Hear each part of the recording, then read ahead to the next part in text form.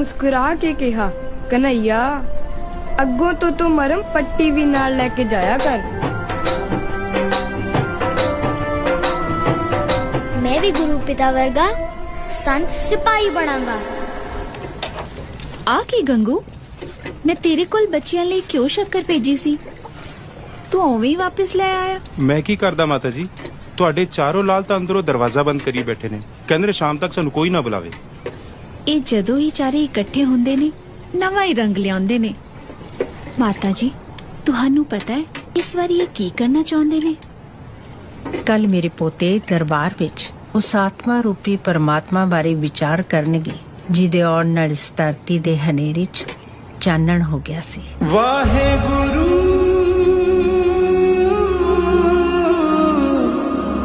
Waheguru.